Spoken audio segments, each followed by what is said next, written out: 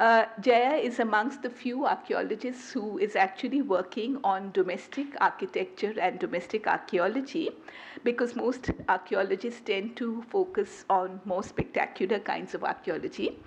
She's also extremely experienced in the archaeology of craft technologies, and I'm sure some of that will come in her presentation today. So with that, over to you, Jaya. Thank you, Kumkum. And a thank you also to the Nehru Memorial Museum and Library for this opportunity. It's a paper on housing in the South Asian Bronze Age. One thing is that the Bronze Age in South Asia, unlike the Bronze Age in other parts, for example, Mesopotamia or Egypt, is one which can actually only be investigated through material remains. Because it hasn't been deciphered, we really don't know much about this culture or much about this civilization from written records, unlike the other Bronze Age cultures. So archaeology can actually tell us much about various aspects. It's hugely informative. For example, we can figure out about diets, about traded materials, technology, as well as the built environment. But without writing, it can actually, to a lesser extent, tell us about, for example, whether people ate leafy vegetables. Was that part of the diet? So what I am actually going to do is try to locate the Harappan human-built environment in terms of how it was recovered, and also what has been understood of the way 3rd millennium BC communities built and used domestic space. Almost every piece on Harappan architecture notes that cities were often divided into two. One section, a smaller and a much more elevated area, which is separated from a larger and a less elevated section. The actual physical separation must have had a particular meaning. It follows then that a lot of attention was and continues to be paid to the kind of architecture that was limited to the more elevated section, or what is called the citadel mound at settlements like Mohenjodaro, Harappa, and Dholavira. Such architecture is often seen as serving a public purpose, with individual buildings that were perhaps used by a small section of the total population. Much speculation has thus surrounded such public architecture, as their exact nature is not immediately apparent. This is considerably different from other Bronze Age cities in the Near East, where the nature of public built spaces is reasonably clear from the architecture, the associated artifacts, as well as the inscribed record. Much early archaeological attention also focused on public architecture, as these were seen as sites of ritual and or administration, and in turn were also seen as places, places once excavated, which would result in finds of immense aesthetic and exhibitionistic value. Domestic spaces, unfortunately, have not captured the imagination in quite a similar way. The discussion on Harappan housing may appear to be skewed towards the site of Mohenjodaro. The primary reason for this lies in the fact that the site of Mohenjodaro is uniquely positioned due to its remarkable survival to give us in terms a considerable sample of housing units. While no other Harappan site quite compares in terms of recovery, other settlements do provide interesting points of comparison. It would also be useful to compare Mohenjodaro houses with contemporary houses in other Bronze Age milieux such as Mesopotamia. It's not just the physical characteristics of houses that are significant, but what they have meant socially in terms of the use of space or functions, and what insights they can give us into the households that occupied them. It's in fact this latter aspect, the household aspect, that has barely been investigated in the case of the Harappan Bronze Age. The first section is the domestic space and the household. The household as a concept is a relatively late entrant into the archaeological literature, going back only toward the 1980s. The general understanding of a household is in terms of the members who occupy a shared space, which is usually a house. Thus, at one level, one cannot deny the spatial context of a household, yet the discussion of a household should not be restricted to the house alone. Equating the household with the house is problematic, as it is the activities that define the former. Many of these activities actually take place in spaces that are outside a physical structure or a house. The activities that are usually associated with the household comprise of production, consumption, distribution, reproduction, and transmission. Neither is a household and a family coterminous, in that a household may or may not contain a family, and families may spread over two or more households. Moreover, the family is based on kinship, while the household is usually defined by relationships built on shared activities among its members. Much of the most promising archaeological work on housing and households has actually centered on Iron Age and Greco-Roman sites outside the subcontinent. What is most significant about this body of work is that despite the wealth of written data, archaeologists have actually chosen to focus on the archaeology. They already have written evidence, but they chose to focus on the archaeology and in fact found that this information provides a different picture from that which could be reconstructed from the texts. In the context of the Bronze Age, much less work has been done, and the focus had actually remained on the spatial construct of the house. In the case of the Greco-Roman world, many of the excavations were undertaken actually much earlier in the 20s and the 30s, and what we are now seeing in the literature are actually new interpretations of households by recontextualizing excavated artifacts within houses. Also, new excavations in many cases are aimed at recovering data in such a way as to recover household information, among other things. Thus, much of the work using new techniques of micro-artifactual analyses have been able to recover fine-grained information on the usage of spaces within domestic structures. The Mesopotamian Bronze Age is similar to the Greco-Roman world in the availability of writing as a source of data. Gelb uses the written record to investigate the term household in the context of social groupings, ranging in size, he says, from a small family household living under one roof to a large socioeconomic unit, which may consist of owners and/or managers, labor force, domestic animals, residential buildings, shelters for the labor force, storage bins, animal pens, as well as fields, orchards, pastures, and forests. Further, he has divided households into familial and public categories. What is interesting in his conceptual reading of the term household is a co-occurrence of categories that are material, such as fields, pens, storage structures, and social, such as owners, managers, or labor.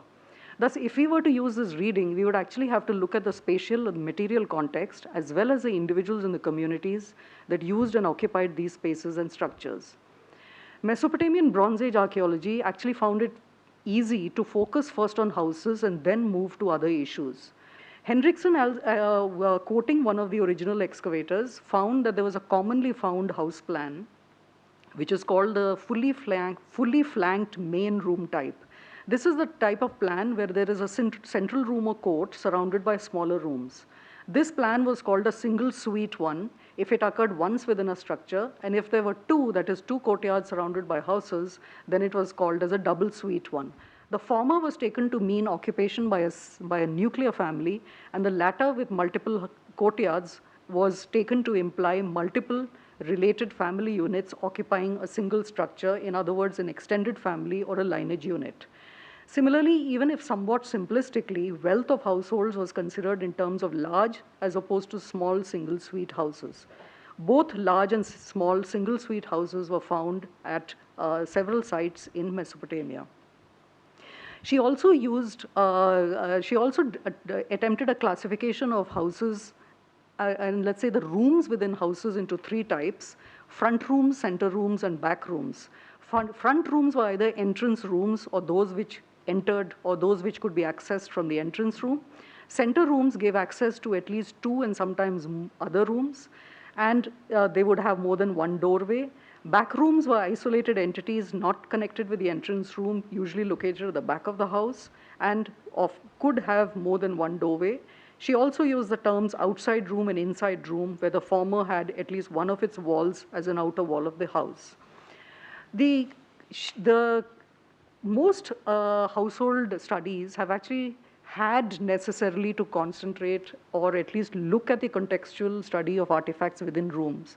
Ideally, it would be great if we could actually get information on what are the kinds of artifacts that one is finding within rooms, on floors even more ideally. But in many cases, we don't get this kind of information because rarely in archaeology are we actually getting a mirror image of the past. Many of these, what we can understand as assumptions did not seem to hold. For example, one would assume that valuables would be kept in back rooms or rooms which are isolated. But what she found is that valuables were not necessarily only found in the back rooms, which were better protected, but could be found in front rooms also. Similarly, even though cooking was normally located in one particular area, it's not necessary that eating was also similarly restricted to that particular area. Eating could actually take place in varying rooms. So what she found actually is that back and central rooms served as multipurpose areas where food was served and eaten and where the inhabitants slept. Cooking was done in front rooms and long-term storage took place in back rooms. Intra-house burials were also in back rooms. This is of course not the case in the Harappan, where we do not have burials within houses, but it was the case in Mesopotamia. Water-related facilities are an interesting angle to the data from Mesopotamia, where unlike the Harappan case, they are far more sort of restricted, far more rare, and it is unlike the Harappan case where we have practically finds of water-related facilities in every house. Within houses, layouts and locations of doors could well illustrate the relative accessibility of rooms in relation to each other and to some extent the social relationships of those using a spatially defined entity.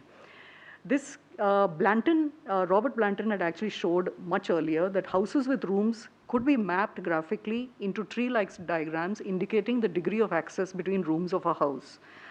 A method to investigate relationships between inhabitants of specific houses and across neighborhoods could be done by plotting the distribution of artifacts considered charged with social and cultural significance.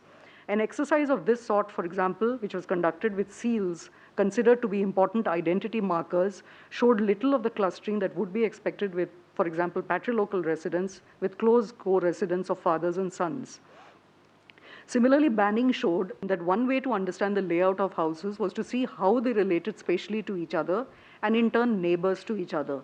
Houses which were separate and possibly isolated could be distinguished from houses that had their entrances overlooking a common open area, and the latter suggesting greater social interactions among themselves.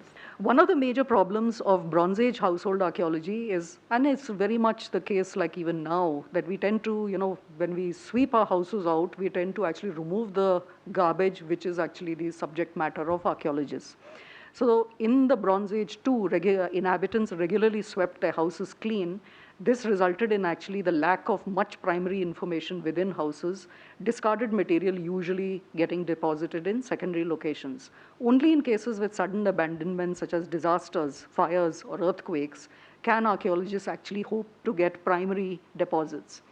Despite these problems, there are new techniques where scholars are actually trying to look at analyses, that is looking at artifacts which are smaller than something like less than half a centimeter, micro artifacts which get embedded within floors, and then one can actually ascertain, because these are more likely to remain where they were originally deposited.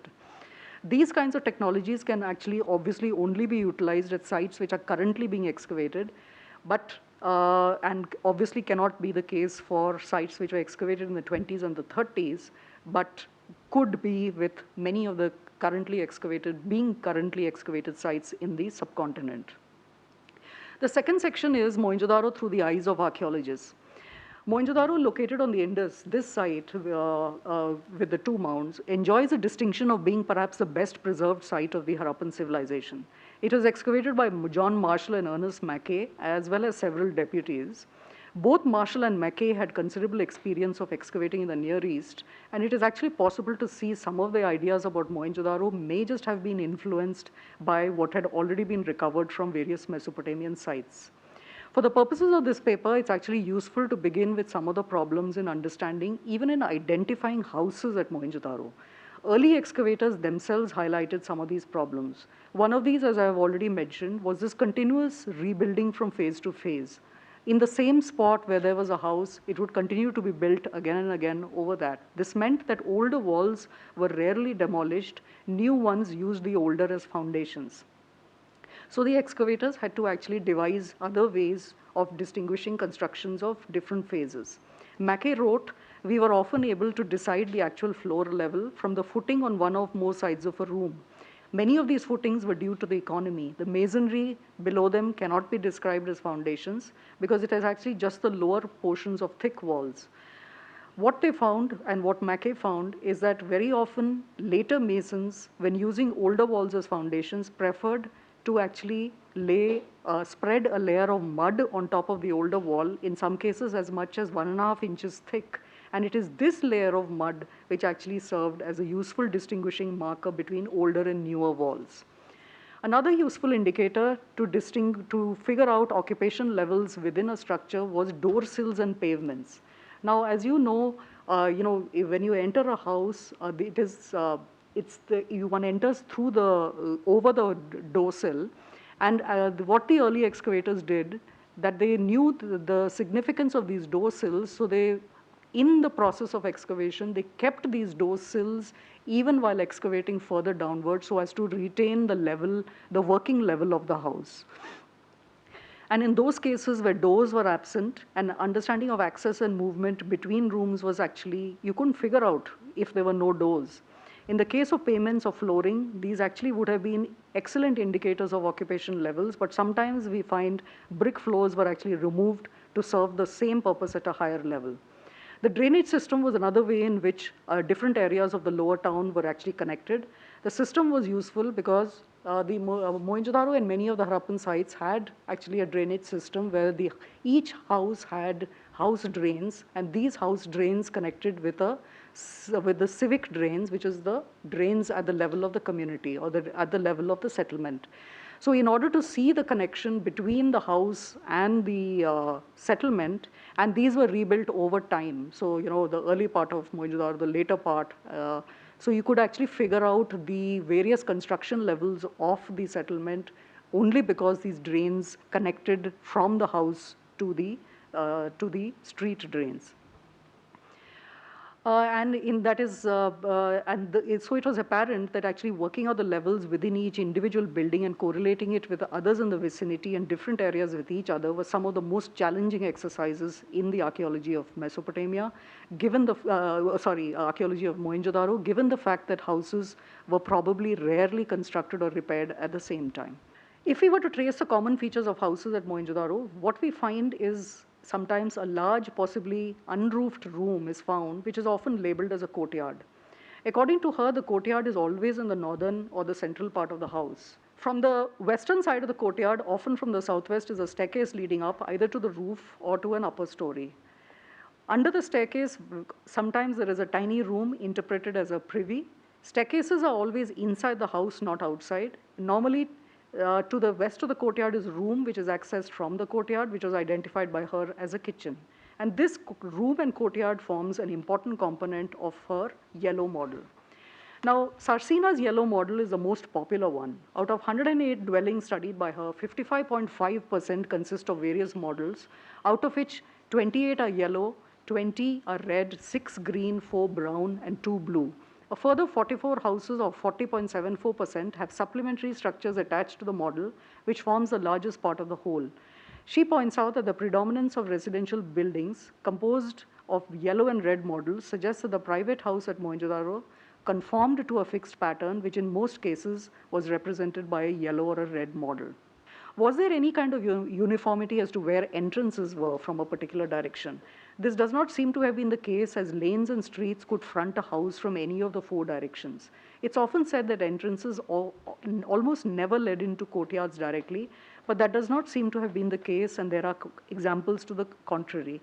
Normally, houses had a single entrance, but there are cases, there are several entrances. Both Marshall and Mackay pointed out features of individual houses. Some of these features were paved areas. Some of these features were built-in furniture, for example, niches. Other built-in furniture would be things like jar stands for supporting storage jars.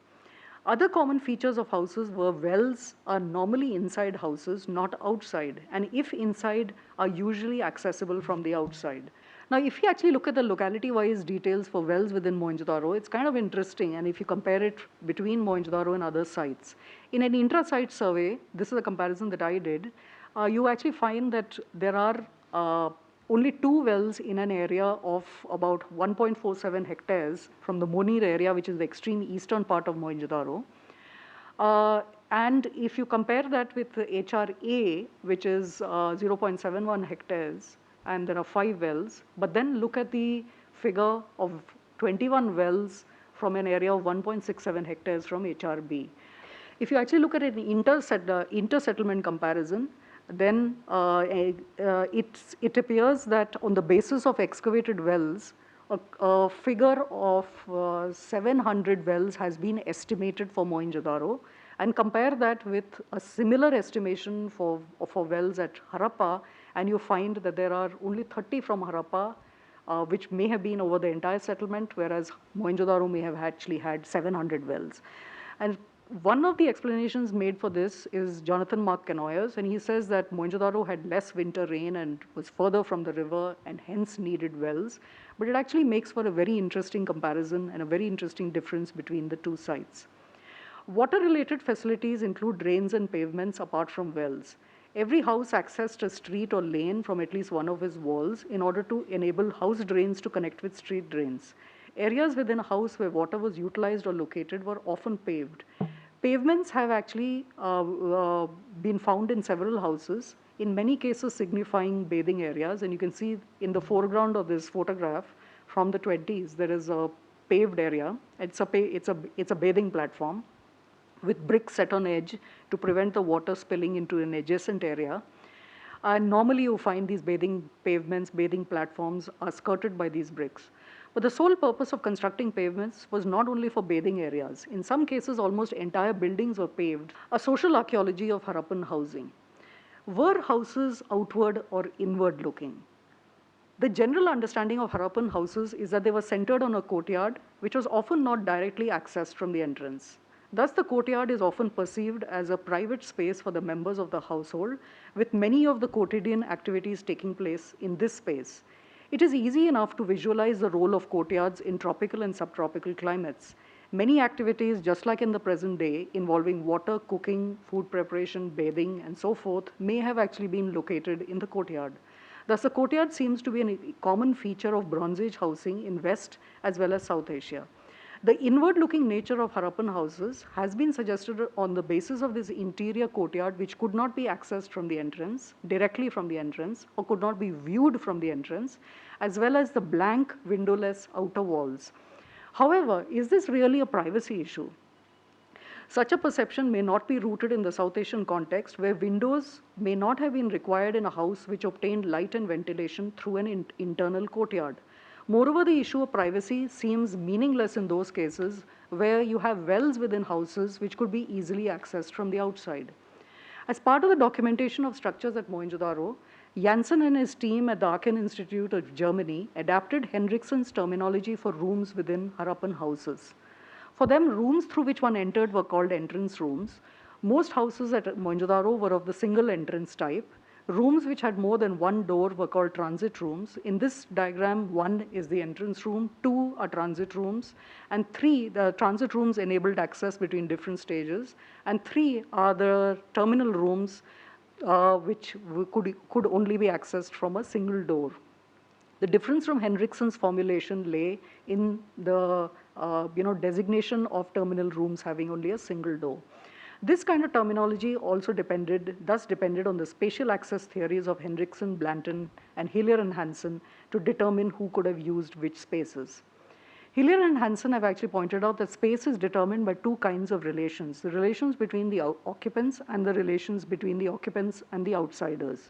The space within the boundary, the entrance, and the outside space are part of a system. The space within a boundary established a category associated with some kind of inhabitant. The boundary formed a control on that category and maintained its discreteness as a category. The world outside was the domain of potential strangers. The space outside the entrance constituted a potential interface between the inhabitant and the stranger, and the entrance was a means of establishing the identity of the inhabitant, but also a means of converting a stranger into a visitor. Hillier and Hansen gave importance to the entrance as a liminal space, but the other rooms of the house are significant for other reasons. Were the most isolated spaces those where valuables were stored? How many terminal rooms did houses have? Were terminal rooms small in size, suggesting their use as storage rooms? Were bathing platforms near the courtyards? Clearly, such spatial analyses will require close attention to individual house layouts as well as artifactual finds. Harappan houses have till very recently hardly been the focus of archaeologists, and thus their peopling has also been largely neglected. Does the archaeological data tell us anything about the nature of the households that inhabited these domestic spaces? Are the blocks then an example of neighborhoods in Harappan cities? On a larger level, Canoyer used the term walled neighborhoods for the different mounds at various sites. In an interesting discussion of second millennium Mesopotamia, Keith uses the available texts as well as the evidence from archaeology to discuss old Babylonian neighborhoods. These neighborhoods comprised houses, but also commercial properties, storage facilities, craft working areas, ruins, temples, temporary structures, as well as empty lots. They may also have been gardens and animal pens. The textual evidence sometimes usefully dovetails with the archaeological, where you find references to being forced to eat bought bread, and you find rooms where there are several bread ovens, much more than would be used by a single household. So perhaps they were public bakeries. These neighborhoods in Mesopotamia don't reveal any sectors that could be defined by occupation. She points out that neighborhoods tended to consist of a large house surrounded by several smaller buildings. In this context, we can actually note a recent reinterpretation of one block in the HR area of Mohenjodaro, where the existing plan at present shows it divided into several houses that over time may have fissioned into smaller units reflected in the smaller spatial units. This may be interesting to see if it'll actually be kind of interesting to see if the later levels of the site saw increasing fissioning of households. For this, we will need a strict chronological control on the changes in spatial arrangements over time. So it has long been understood that social aspects are relatively difficult to decipher purely through material remains. However, while the domestic space is easily retrieved through archaeological methods, moving to the next step of spatially locating domestic activities and the people who perform them is often not undertaken. In fact, this is really one of the areas of social archaeology that sorely need investigation. The relatively recent excavations at Dholavira are a case in point. Public spaces at Dholavira have provided actually valuable counterpoints to what was understood so far of Harappan spatial planning, but it is lamentable that the domestic architecture of the site was relatively neglected. It's only to be hoped that the current excavations at Rakhigarhi will actually try to do this and undertake this much needed task. This paper is my preliminary effort in actually looking at excavated houses in the Harappan context, which were in themselves extremely complex, and to view the people who built and lived their lives in them. Thank you.